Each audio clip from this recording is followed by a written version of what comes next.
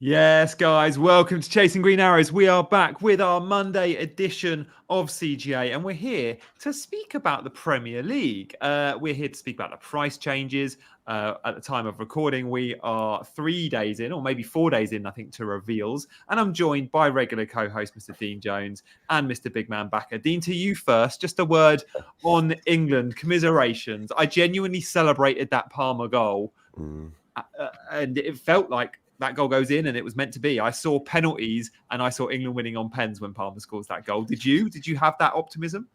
Not really, no.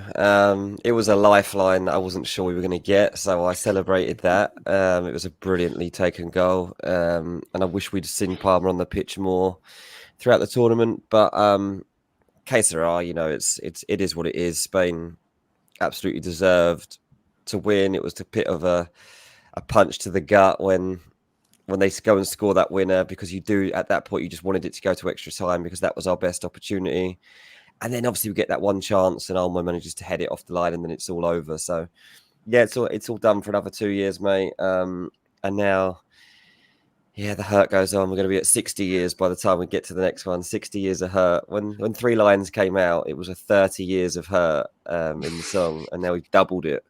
So all of the talk of it hasn't really helped. So we might need a new approach, but it's what it is, mate. I had a good day. Found a great Irish bar with loads of English people to watch it, and then came home and was able to recover from it because I could just chill out back here and watch the Copa America. And well, that was quite painful too, watching Messi in tears on the bench. So that was quite a tough watch too. But Argentina got the job done as well. But yeah, we can move on from it all now. The Euro Fantasy League is over.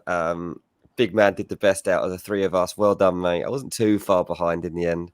But now we can move on to the real thing. Yeah, I came third in that. Well done to you, Big Man, for winning it. And Dean has such a good start. But Big Man, we're going to turn our attention to FPL, but just to sort of bridge the gap, Cole Palmer didn't play much for England in the Euros. In that time, he scored a penalty in the shootout. He got an assist for Ollie Watkins, and he scored in the final.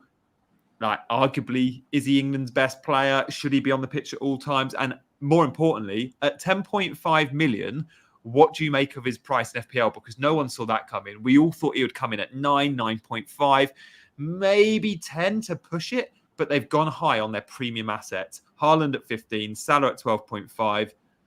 We might get Saka and Foden at 10.5 too, but Palmer at 10.5, playing for a fairly dysfunctional Chelsea. What do you make of that? Hello, Johnny. Hello, Dean. Thanks for having me. Hello and welcome to all the listeners and viewers, and commiserations to all the England fans. Congratulations to all the Spanish fans who are watching. I didn't see that coming as well. I mean, if I'm not mistaken, it's the biggest rise in FPL history, the biggest price rise from 4.5 to 10.5. It's 6 million rise. Before last night, I wasn't really sort of seriously considering him for my team, but every single time he sort of steps on the field, he's producing the results.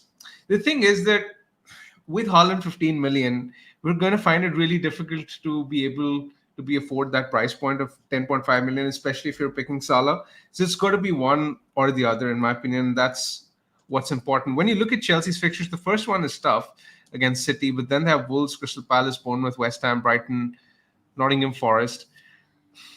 There is a case for picking him. He's not someone who I'd outrightly dismiss as not being an option. I think there's a case of picking him. I don't think I'll pick him at the start, though, simply because of the price and because at 10.5 you borderline want to be a captaincy option, and I don't think in any of the weeks I will own Palmer, I will captain him.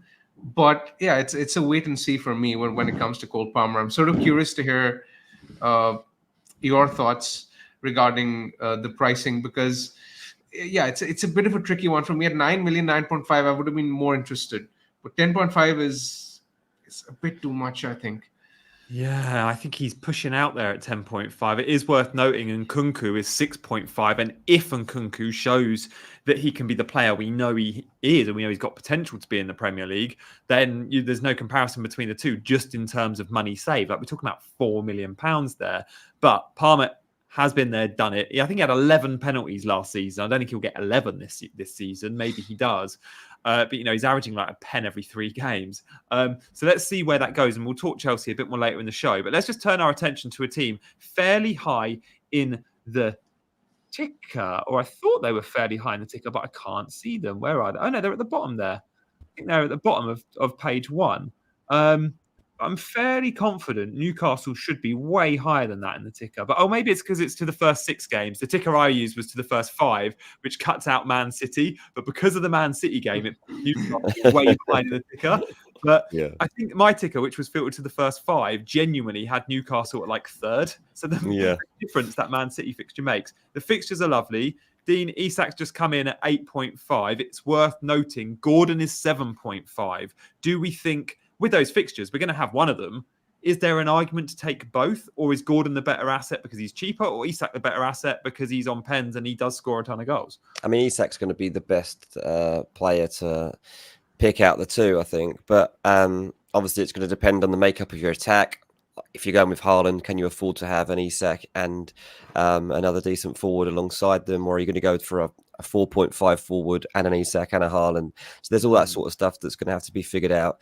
Anthony Gordon, I think it's going to be a really interesting start to the season for him. I think he'll be frustrated that he didn't play a bigger role with England. It's also worth acknowledging at the moment that Anthony Gordon really did have his head turned by that Liverpool interest recently.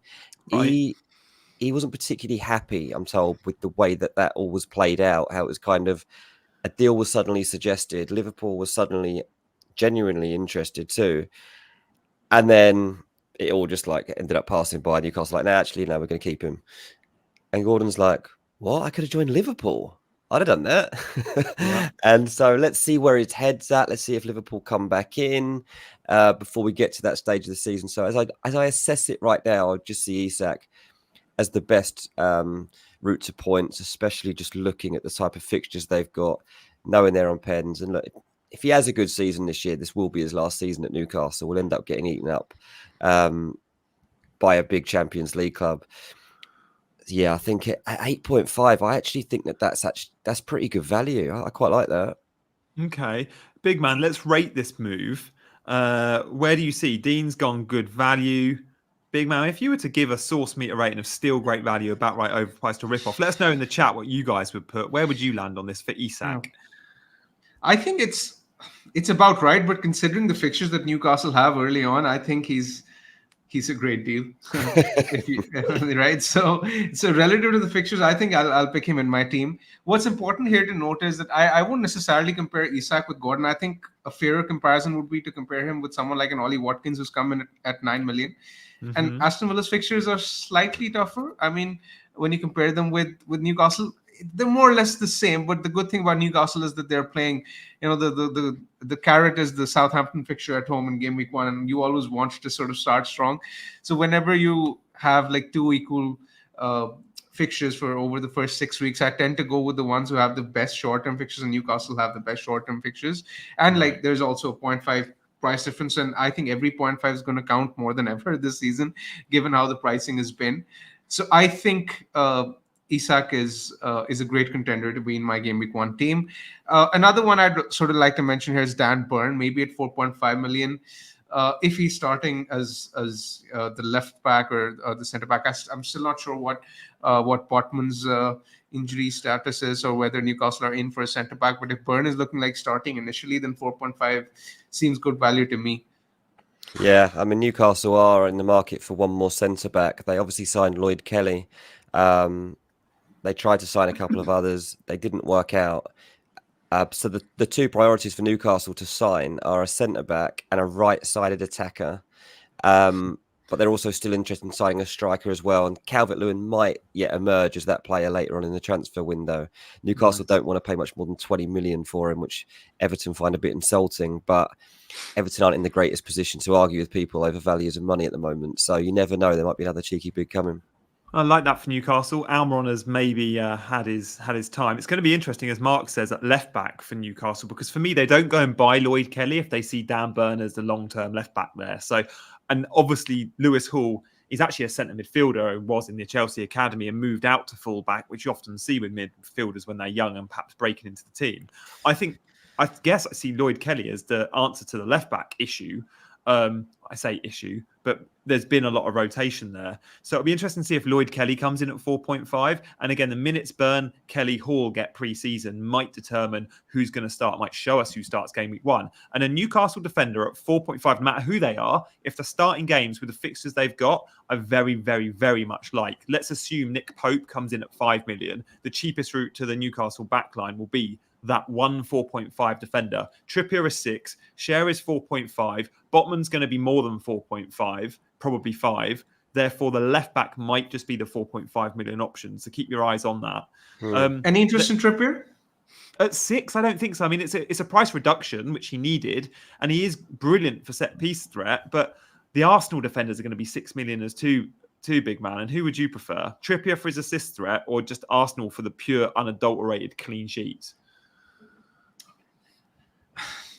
I mean, it depends. Like Arsenal generally over the course of the season, of course, but like when Trippier's fixtures are good at the start of the season, and Arsenal have a rough start. Like they're playing Villa, Spurs, and City in 3 of the first 5. So I have zero interest in the Arsenal defense to begin with, especially at that price. So I think I'm closer to Trippier than the Arsenal defense in game week 1. Yeah. Trippier was good, especially in the home fixtures against the lesser teams. He was really, really good last season. We're sort of forgetting he had that like crazy spell where he was hitting like double digits every other game effectively. So I still think at 6 million, there is potential in owning him. I'm just concerned whether or not I'll be able to afford him in my game week 1 team. But if I sort of have the option, I think 6 million is not a terrible price for Trippier. Like he's still going to be in consideration. Yeah, I'm looking at I'm playing catch up at the moment because obviously only just got up. It's 5 a.m.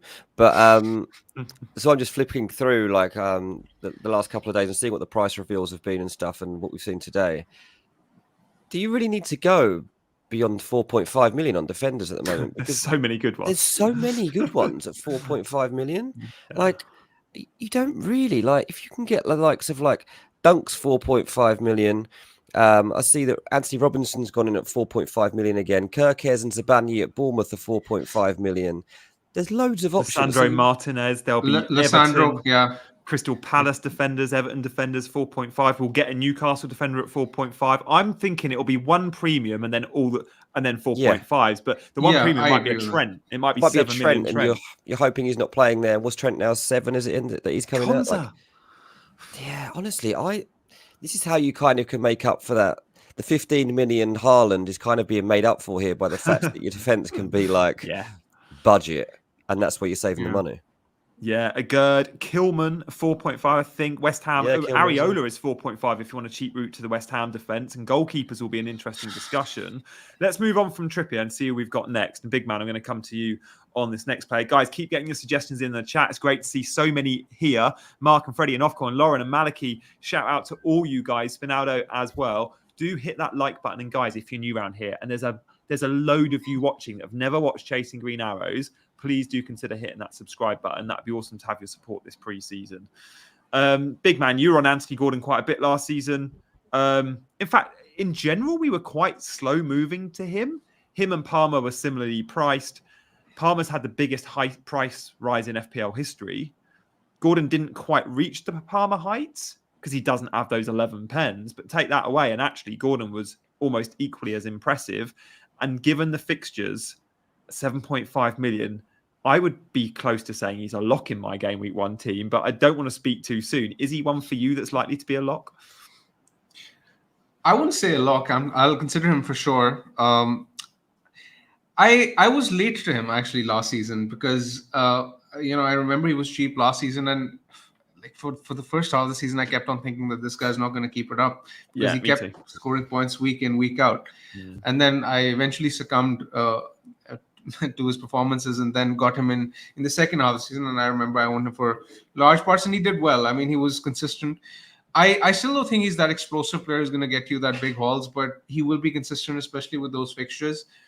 And at 7.5, of course, he will be close to making my team. Dean, you mentioned point to prove and you mentioned Liverpool interest. Is that interest likely to come back or other clubs in for him? Or is it very likely we'll still see him at Newcastle perhaps another season? I mean, if I was to predict, I'd say that he'll still be at Newcastle, but you never know. I mean, Liverpool's first priority is to get a defensive midfielder, so they're going to look at that before anything else. But the fact that they know that Gordon's interested in that is definitely planting a seed. So it wouldn't surprise me if this comes back onto the agenda, but Gordon would be a massive loss for Newcastle, especially the closer you get to the new season, the more difficult he becomes to replace. I've just said they're on the lookout for a right-sided attacker. You know, they don't want to be looking for two additions to their front line, scrambling around as we're getting closer and closer to the first game of the new season. So I think that's going to be the reason I edge towards him staying at Newcastle for now. Guys, we've done a really cool poll here, and for many, it will only be one. We'll have a quick look at those Newcastle fixtures now, but get voting in the poll. If you can only have one, because 70% of you said, yeah, Isak will be in your team. And we did the similar poll with Gordon the other day, and it was like 70%. But I think for many, you'll only go with one. I potentially will consider the double up, but these fixtures are so good, big man, aren't they? When we talk about high ceiling fixtures, Southampton on the opening day is definitely one. Going to Bournemouth, perhaps not the easiest, but it's not bad. Same with trips to Molineux and Craven Cottage. What do you make of those Newcastle fixtures? Because 2 of the first 3 home games are against very good teams in Tottenham and Man City, but they're still ones you expect Newcastle to score in, right? I think I'd expect them to score in each one of those fixtures in the first 6. I think the money ball game there is the Southampton game. There's no doubt about it at home in game week 1.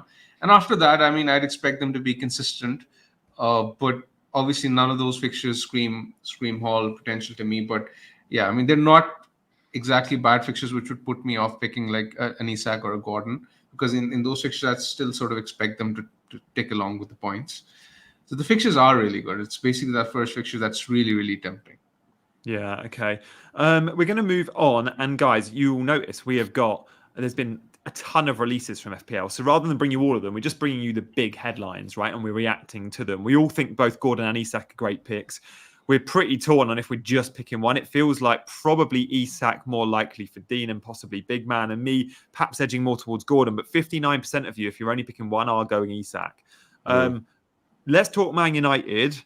Dean, Rashford was really cheap 2 seasons ago. He dropped to 6.5 million because he had a really bad year the year before that. And at 6.5 million, he scored like 25, 30 goal involvements. And then last season became like this 9-10 million pound player, whatever he was. And then again, disappointed. He is the biggest yo-yo player in FPL. Yeah. If he turns it on, and I know that's a big if, 7 million, he can make a mockery of that. And with signing a player like Zerkey, who will provide lots for him, he drops deep like Harry Kane. What do you make of Rashford? And will he be at Old Trafford next summer? Because I know there's been speculation there too. Yeah, well, this is what he's sought to discover since the end of last season. His role changed last season to accommodate Haaland and to try for Ten Hag to help him flourish. Rashford kind of paid the price and his form fell off a cliff, but that was largely because he was asked to play differently from the season before when he did such a good time of things and got some good numbers. So Rashford was massively disappointed, and that's kind of the reason there's been speculation around him leaving again, is because like he's not completely convinced how he fits in to this team. He will end up starting the season obviously on the left side of the attack, and like you say, Xerxes signing is going to change things because Rashford should have new spaces to run into. So yeah, I think at £7 million, Rashford could turn out to be a good buy, and possibly even for the first game of the season, seeing as it is Fulham at home. So that could be a good one. Bruno Fernandes, I'm not so sure at 8.5. We'll have to wait and see, but it's not the end of the world. It's a fair price on Fernandes that we're all going to end up going to at stages of the season. Lisandro Martinez at 4.5 is an absolute bargain. But yeah, Bruno, I don't know, would you have him in at the start, do you think, Bruno, or do you do you think that's somebody you'll get in later when you wait to see how Man United are actually playing and how they're using him? Big man, what do you think? Is it a wait and see on Bruno? Because we don't quite know if we get what Man United we're going to see. Ten Hag's teams are so inconsistent at Old Trafford. Bruno does come with so many routes to points. We know that, and he's only 8.5 mil. I've always been a big fan of Bruno in FPL, and I remember I actually started with Bruno and Rashford at the start of last season, and I kept them for like 8 to 10 game weeks, and I was sort of very rigid about getting rid of them, despite the fact that United weren't doing well. But Bruno is slightly different to Rashford because I still don't think that the team necessarily needs to play well for him to get points, because I mean, he's on all set pieces, on penalties. He's great for bonus with his chance creation. Yeah. Again, was among the top chance creators last season as well. So I just see him as someone who's very consistent and very reliable. I think he will be close to making my team because United, their fixtures are really good. When you look at them in the first 6, it's Fulham at home in the first one. Then there's Brighton. Liverpool is difficult. Then there's Southampton, Crystal Palace. The first 5 are all right. I wouldn't call them great, but like they're decent-ish fixtures, and I can see Bruno getting some points in those fixtures. Yeah, Dean, what do you reckon with Bruno and the most reliable Man United player? Right, if we're just looking at reliability, which is something we don't get at Old Trafford, and I'm talking about the defenders in there too, who concede so many shots. Bruno in attack is something you just know you're going to get points from. Yeah, definitely. I'd say if you were to like rank picks, he's obviously going to be in the top 3, and if you were to pick somebody that you're going to stick with all season, then it would be Bruno. But Lisandro Martinez for me at that price, that is such a good pick. I mean, even just watching him last night in Copa America, like you just remember like what a warrior this guy is and how much Man United would have missed having him. And he changes a lot about the dynamic of that Man United team, because they actually will have some sort of platform, and the fact that they're also going to have new defenders coming in to play alongside him. United, I'm not saying that they're going to go and win the league or anything, but they should have a much improved season, and they should have a bit more reliability about them next term. I don't know if that extends to Haaland, and I think that even at 7 million, we'll have to wait to see whether we become tempted to go there. Who knows what kind of form he's going to find. But for me, yeah, the standout picks in terms of value are Lisandro Martinez and Rashford. But then Bruno comes into the next bracket. Of course, we'll also wait to see what happens with Sancho. Like, does he really have a lifeline? Have they really addressed all of the issues? And is he really going to stay? Need to wait and see. I mean, I'm not wholly convinced by any of it at the moment. But Ten Hag does seem to be having a bit of a moment at the moment, reflecting on his own decisions and realizing that some of his behavior perhaps was not okay. Loving that. Guys, there's over 200 of you watching right now. Thank you all for your support. We've got loads more to get through in the next half an hour. Do not go anywhere and hit those buttons. If you're new around here, subscribing to the channel would be wicked to show your support for us pre-season. Let's talk Chelsea. And by the way, Bruno, completely split pot. 53% of you think you might put him in your game week 1 team. 47 going against that. So let's talk Chelsea. Johnny and Dean, I assume, because I'm a huge fan of Martinez as well. I think Martinez will be very, very close to making our teams in game week 1. I think I'd be actually surprised if any of us don't actually pick him, simply because the value is likely to offer. Yep. But I want to ask him, Bruno, because I think Bruno will probably be in my game week 1 team if I was to guess right now. Mate, I'm telling you, what about you guys? In your game week 1 team. He takes penalties. He gets every minute going. He's such a youth player. Exactly. Basically, he's exact kind of player I like to own. Nailed, set pieces, penalties, 90 minutes. Yeah. Right. Good fixtures. Decent. Yeah. Boring. And he didn't have a long summer. Yeah. What about you guys? I mean, I assume it's not going to be the case for you guys. I'm not going there, but I totally understand why you are and why you will be. Yeah, I'm always. I need to see what version of Bruno we get. As I say, like I don't know what his role will be. I know it doesn't really matter if he's on pens and free kicks anyway, and I completely understand your argument. But if I want to get in a Palmer, for example, who's on the screen now, can I also get Bruno in? I'm not sure. I haven't played around with it all yet, but Palmer is going to be such a conundrum because even at 10.5 million, you want him, don't you? Like you want him. You want this guy because team performances don't matter. He's such an individual. We've seen it for Chelsea. We've seen it for England. And now we're going to probably see it for Chelsea again. I mean, I don't know what your hopes and expectations are for Chelsea this season. I imagine they're on the floor again. But your hopes for Cole Palmer are probably through the ceiling. Yeah, they are. Like he has got the swagger of a champion. Like you watch him come on last night. When Bellingham lays that ball off to Cole Palmer, who, by the way, has been on the pitch a couple of minutes in a Euros final and maybe touched the ball once or twice, and it's set on his left foot from 25 yards out, and you can only see a slither of the goal, you know that net's bulging. I don't think I have that confidence over someone finishing from 20 yards. Like, how many players am I confident that ball hits? I can name on my one hand. Like Messi, you expect the net to bulge. Genuinely, Cole Palmer, you expected the net to bulge. Cole Palmer, Messi comparisons. Here we go. Oh God, someone's going to soundbite that. But look, he is everything to this Chelsea team. And we look at other players. Like Chelsea have been lowly priced because they're a dysfunctional, unreliable team. Sterling is 7 million because he's playing in a dysfunctional, unreliable team and his minutes are at risk. Jackson, 7.5, the same. And Nkunku is 6.5 because we just don't know what we're going to get yet in terms of fitness, but also form. Cole Palmer brings something to this Chelsea team that no other player brings. He brings reliability. Every game, you know he's getting a big chance, one minimum. You know he's creating a handful of big chances. And more likely than not, he's picking up bonus points if he returns. Because again, he's competing with his teammates who don't pick up the bonus. So I want Cole Palmer in my team. And last night reconfirms that. I just don't know how I'm going to accommodate if I'm going Salah and if I want Trent and if I want Watkins and Isak and Gordon. And again, players like Bruno do offer a cheaper alternative. Peak Bruno in FPL actually rivals Cole Palmer. Bruno's first season probably produced very similar results to Palmer's last season. But I don't know where Bruno's going to play. And to answer Big Man's question about will he be in my game with one team, it depends on what we see pre-season. Where does Bruno play on this football pitch? Because under Ten Hag, he's played in a lot of different roles. And if he's going to be in the midfield too, which I sense there's a chance he actually could be, or slightly deeper, especially with Xerxes signing. I don't know. I just don't know how United are setting up next season. So let's see. I do like Bruno. I prefer Palmer. I might go without either and actually not be able to afford them and go for a 6.5 on Nkunku. If Nkunku turns it on pre-season, I mean, he could be a great buy.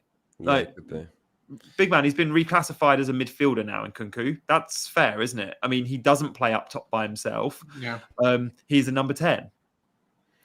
Absolutely. And I think at 6.5, of course, this is obviously fitness permitting. Again, depends on what we see in pre-season. 6.5 we might be having those comparisons whether Nkunku is better than Palmer for 4 million less because, I mean, he could be the Chelsea talisman this season, very, very much like Palmer was last season. So there's a lot of potential in the pricing. And I think with Nkunku, especially if he stays fit, I can see him being template for a while if he hits any kind of form because of his reputation and price.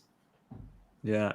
Dean, tell us a bit more about Nkunku. You watched him before he came to the Premier League, unlike most of us. I don't watch Leipzig much, but the problem for me with Nkunku is I don't quite know his best position. Does he know? Do you know? Does his managers know? Like, is he a 10? Is he a wide forward? He can play number 9. Is he a 9.5? Where does he fit into this system under Maresca?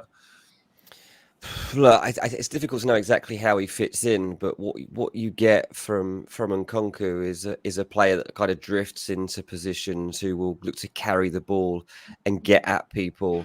So you're kind of looking at a wide player that kind of cuts inside. That's when I prefer to see Nkunku playing at his best. He can be a support forward as well, kind of more centrally, but the good thing that Nkunku will give you at Chelsea is another way of breaking down a low block. So, like, you know, how Palmer can find those little gaps and how he just so casually kind of drifts passes in and jinks and goes beyond players like that. And Nkunku will offer that from the other side, I think. So, look, he's a fantastic player. It's a little difficult to remember exactly how good he is because it's been so long since I actually saw him play properly. But I remember when you signed him thinking, that's annoying because he's really good. But I would expect him to come off the left largely because I still assume that Nico Jackson's going to have the central spot until you look to sign somebody else. I thought you would have signed somebody else for that position by now, but you haven't. I mean, do you think that Nicholas Jackson is the guy? Do you think that he's going to be starting the season as the central striker? At this level, he feels fine to me as a team that's wanting sort of top 4. But if Chelsea are serious about winning Champions Leagues again and winning Premier League titles, then Nicholas Jackson can't be our number 9. Like, he's not that level. But for the moment, he's perfectly fine. So if that means waiting a season or two to get the right number 9 or a number 9 that's available, I mean, don't get me wrong, Chelsea fans would all love Osimhen tomorrow. But it's probably a little unrealistic. Yeah, I mean, Nkunku could play there. This is the thing. A few people in the comments suggesting that he should play striker, and he might well do that. Wow, if he does for FPL, 6.5 mid. There was that link-up play, wasn't there, with him and Jackson at the start? Oh, so good. It was so good. But that's a year ago now, so we have to see whether that's still there. Yeah, we'll move on then to Liverpool. And sorry, to Man. Oh no, it is Liverpool, and then we're going to do Man City, guys. So stay tuned for Liverpool, big man.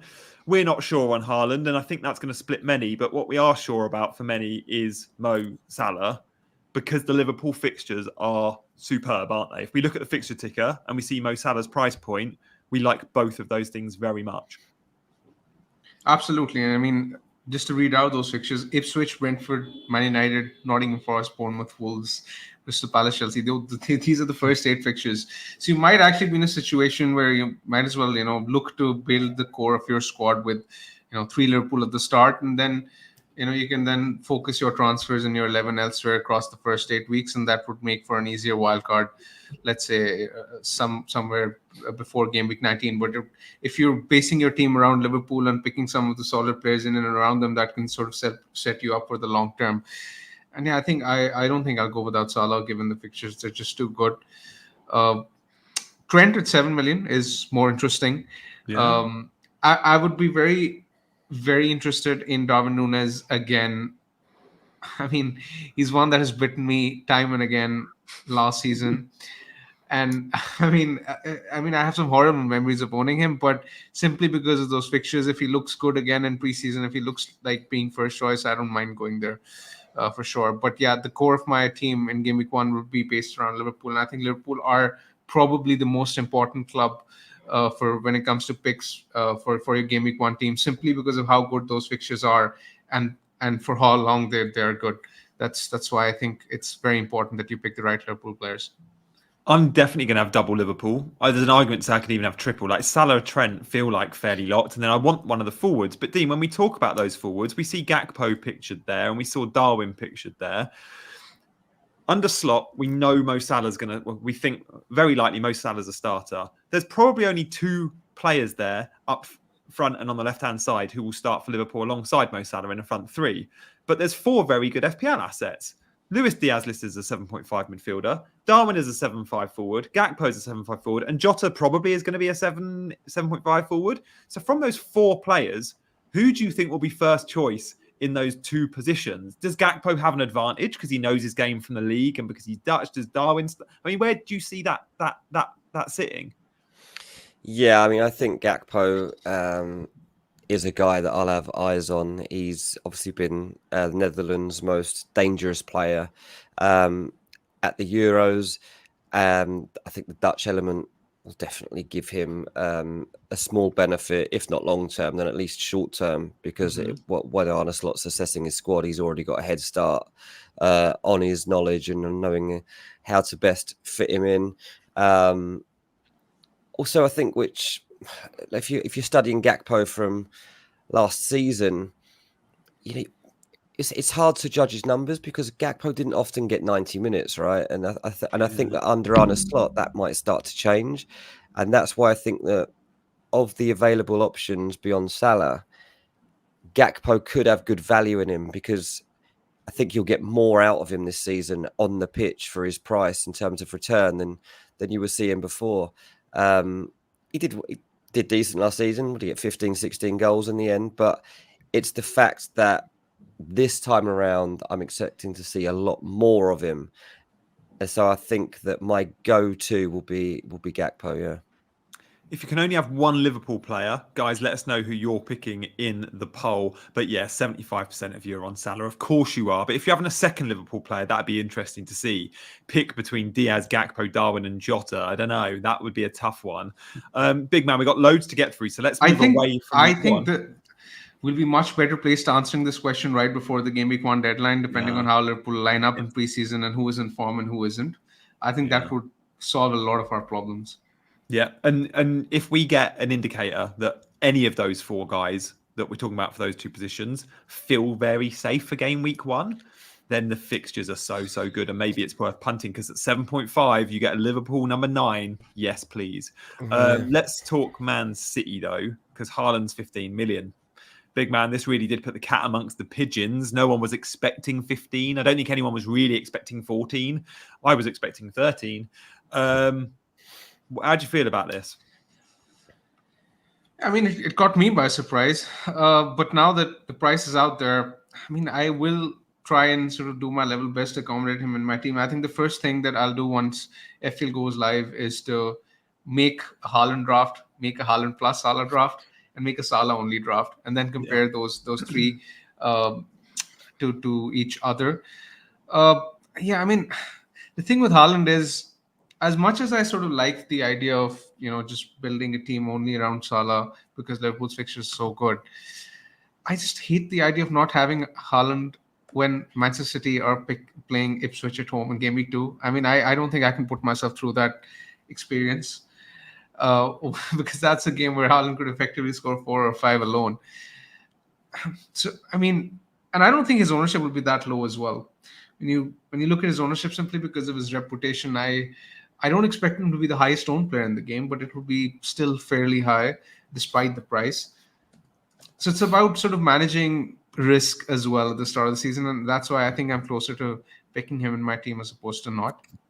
Yeah, I think, look, obviously you look at the first fixture and you're like, oh, it's Chelsea. Do you want to be spending £15 million on a striker? It's a Chelsea team that might be fine. I mean, we'll get pretty good insight before we get to that point, because Man City are playing against Chelsea in a pre-season game 2 weeks before they play them in the Premier League. I know it's a pre-season game, but Chelsea are going to be looking to put building blocks in place. New manager, like, he's going to want to have a somewhat settled team as early as he can, especially at the back.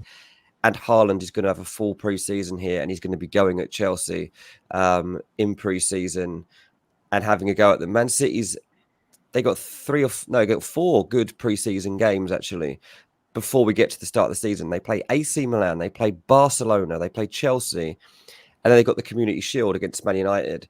If Haaland is scoring goals across those types of games, there's no way people are brave enough to avoid picking up Haaland for game week 1, knowing that he's got Ipswich in game week 2. Like, you just won't be able to avoid him. And I think Gianni made an excellent point in our previous pod. We mentioned that he's going to be fully rested as well. Yeah. It's a scary thought, that, because so many players have gone deep into Copa America and Euros, and we're talking about an injury-free, well-rested best striker in world football. Yeah. Let's not talk about Rodri too much, but look, we don't quite know what FPL are planning. They did hint at new strategies that will change the way we play the game. And until we know what those new strategies are, and I have a sense that by Tuesday we'll hear about those strategies, maybe there's something in it for players that pick up more defensive points, like ball recovery. I don't think there is. I don't think we're going to see ball recoveries added, but just worth noting, players like Rodri would be massively more attractive if that was the case. So let's, Gianni, what are your early thoughts on the game launch, and when do you think it's going to come? Good question. I mean, we know that 4 p.m. on Tuesday, they told us on Thursday last week there was going to be price reveals all weekend, and they did say, and if you have the app, 4 p.m. on Tuesday, you'll get a couple. So we know price reveals go all the way up till 4 p.m. Tuesday. So I can only think the game launches straight away after that, or possibly Wednesday. I mean, what do you think, big man? Are you thinking Tuesday after that, or Wednesday? I mean, we've got, at the start of today, we had 8 teams still to tweet their price reveals. And I was thinking, does that mean we get all 8 today, or will we get perhaps 4 today, 4 tomorrow? But already today, we've had, 3 or 4? Yeah, I mean, I'm just relaxed. It's not going to be today because there's still a few clubs that are remaining. It could be tomorrow. It could be day after, but I don't think it'll be any longer. I think it's going to be tomorrow or day after. Yeah, surely. Yeah, yeah. What they might do is they might keep one or two, let's say one or two clubs for tomorrow, and then maybe if there's a chip coming or if there's anything else of that sort, like you're alluding to defensive points, then they could sort of release a teaser of that, and then maybe release the game on Wednesday. I think that That'd could be happen as well. Yeah, yeah. A Wednesday release. I would personally prefer a Wednesday release because then we can digest all the news we get on Tuesday. What I kind of don't want is a Tuesday release with all the extra information. So yeah, we're there thinking about our team IDs and thinking about building a 50-man squad, and then we're also having to go, oh, there's loads of new rules or there's loads of new points or whatever. I hope we get those as separate announcements and then the game releases. But let's see. Dean Maddison's 7.5. He's had a summer off as well. And at times last season, he was playing well above a 7.5 million asset. But again, he was hot and cold, as were Spurs. What do we make of Spurs in general this season? Because they should be, in theory, better. They've had Postecoglou for a year now, a more settled squad, less transfer activity. Do you like any of these guys? I think Maddison at 7.5 is difficult to gauge. But one thing we do know is he's obviously gone up the last 2 seasons. He's fallen off a cliff at the end of the season both times around. So if you're going to own Maddison, it's probably going to be in the run up between the start of the year and then going into the new year. So this is the area to properly assess him, and I think he'll have the bit between his teeth to bounce back from the end of last season. And he's going to be a key player for Ange, and having a fully fit version of James Maddison again is going to be absolutely key. So I'm intrigued by Maddison, not wholly convinced that I would have him, but well, they got Leicester away as it first game, so Maddison, that's a big game for James Maddison to be playing, and some emotional attachment as well for him. So slightly interested in James Maddison. I'm 1974, so Spurs will be underwhelming as usual. Yeah, it's tricky to know what we're getting. A real club that you're going to have to be studying in pre-season to see exactly what you're getting. I mean, they're playing. I think their pre-season's in Asia, and they've got a game against Bayern Munich, and yeah, they're a team that I don't have a whole lot of faith in being steady and reliable. So it's a case really of like, do you want to take a gamble on the likes of Maddison, or if you're going to pick a Spurs player, is it just that it's Son? Is that just where we're going to be at? If you're going to go there early on, and then you add a Porro or an Udogie as your perhaps premium defender, if you like. Interesting, guys. Good to see so many of you. I mean, Spurs have sort of blown hot and cold, and generally Maddison last season he started off really well, and then he sort of completely disappeared off the scene in the final part of the season, where he was getting hooked early. He even got dropped at a point. So yeah, he's a sort of player, and Spurs are actually the sort of team which blew hot and cold. And the good thing is, from an FPL point of view, that when we look at the fixtures, they're playing Newcastle away in game week 3 and then Arsenal at home in game week 4. So when 2 of those opening 4 fixtures are relatively tough, I think you can just wait and avoid them. I've always found their defense to be dodgy. I've owned Porro for quite extended period last season, but he was cheaper at that point, and even then, he was more good for his attacking threat as opposed to the clean sheets. So I think Spurs are easily going to be a wait and watch for me, and irrespective of what they do in preseason, I don't think I'm going to have any of their players. Yeah, I feel like I'm probably going to be the same. Dean, is Richarlison likely to be around? I mean, at this rate, yeah. There's still no active interest in him from Saudi Arabia, as Tottenham hoped might come through. So, yeah, at the moment, 7 million for Richarlison. I mean, again, I guess it makes sense that you're putting him in the same bracket as Rashford and Sterling, really, isn't it? Because you don't know exactly what you're going to get from him and when you're going to get it. At some point, you'll get some good form, but it's a case of trying to judge the fixtures and judge when he's actually going to get a game. Big Tip says Richarlison definitely has an upside if he's a regular starter, and good minutes at 7 million could be a Spurs insurance if you can't get in Son. But it's just that early on, there'll be a lack of reliability of knowing that he's actually in the starting lineup because they've got so many players that can go in and around Son. So I would ease off of it until we've seen Spurs play a few times.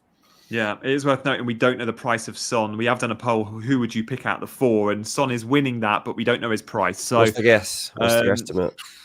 Big man, if you were to guess? price for Son? 10? 9.5 or 10. Yeah, 9.5. I think 9.5.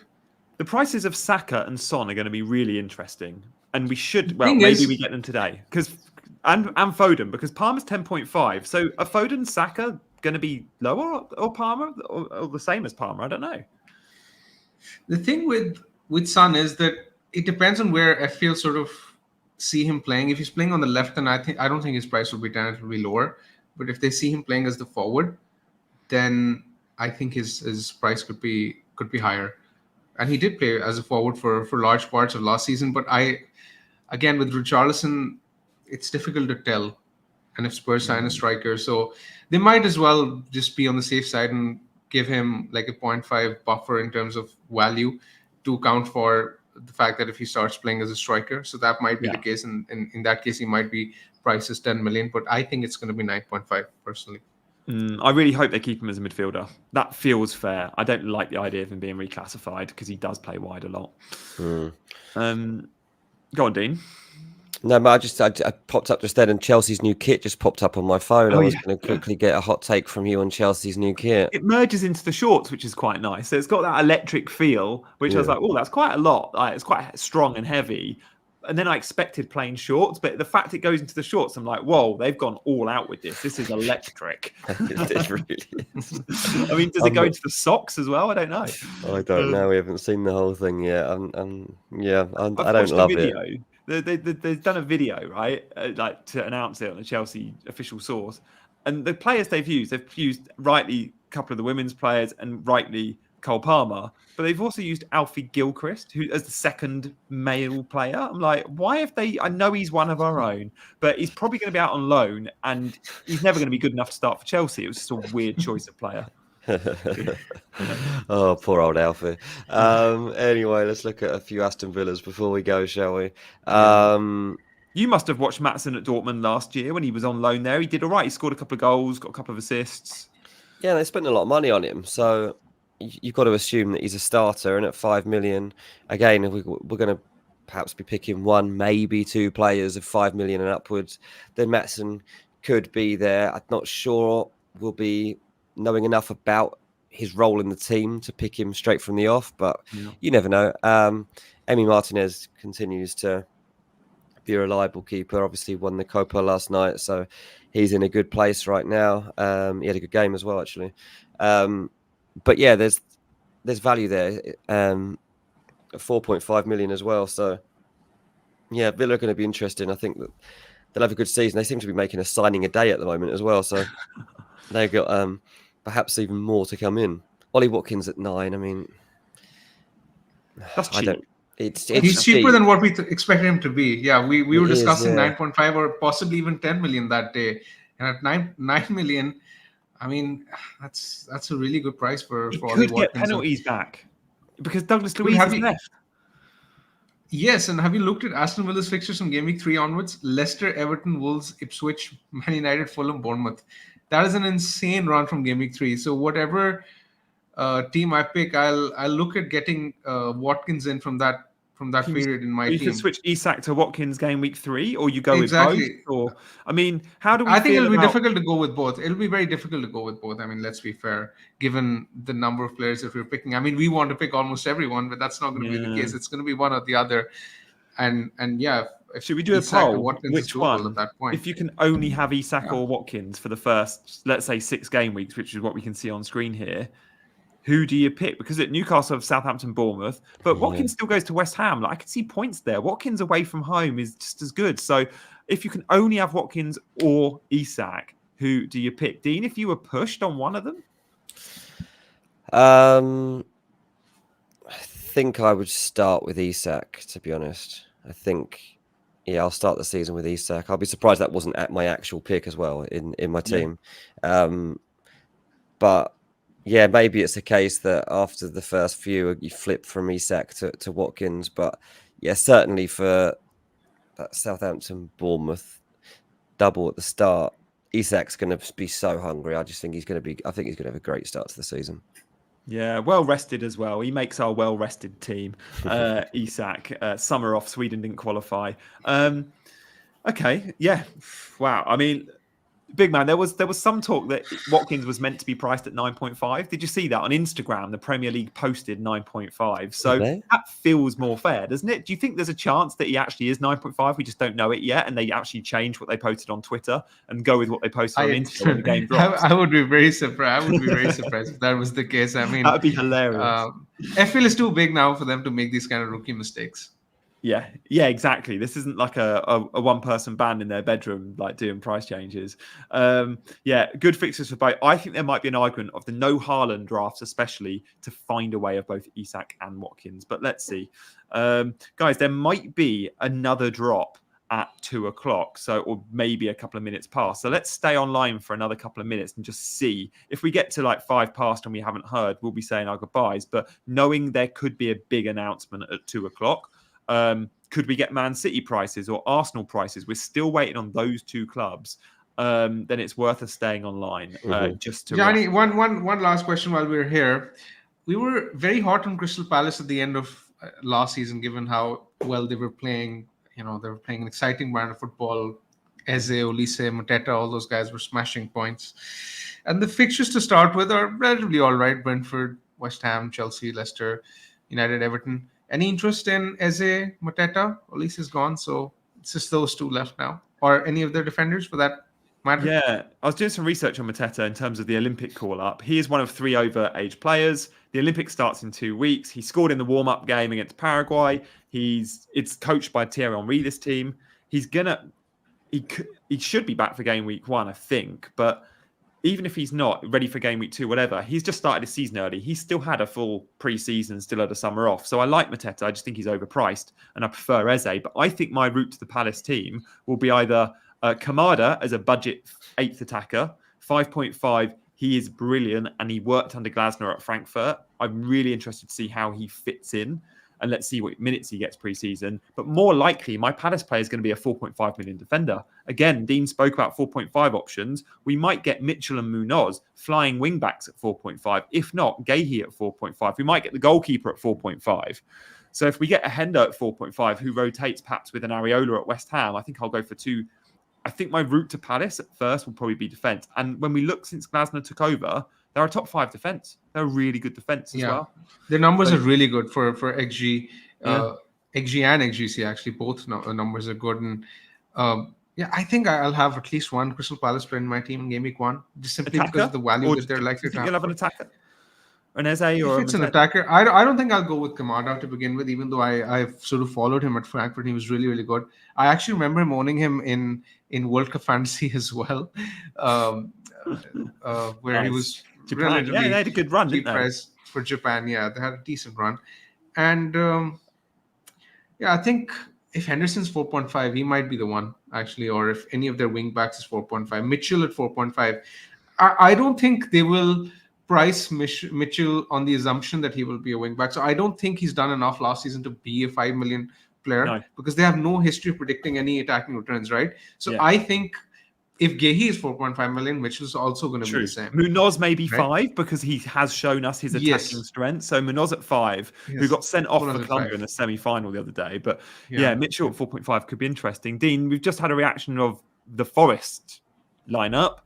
Gibbs Price is the best asset if money's not an issue. But we probably expected Gibbs White to be a fraction cheaper than 6.5, didn't we? Like at 6.5, you can get a Kudus of West Ham, or you can get, you're close to a Rashford or a Sterling, and Nkunku is 6.5. For me, that seems a little expensive.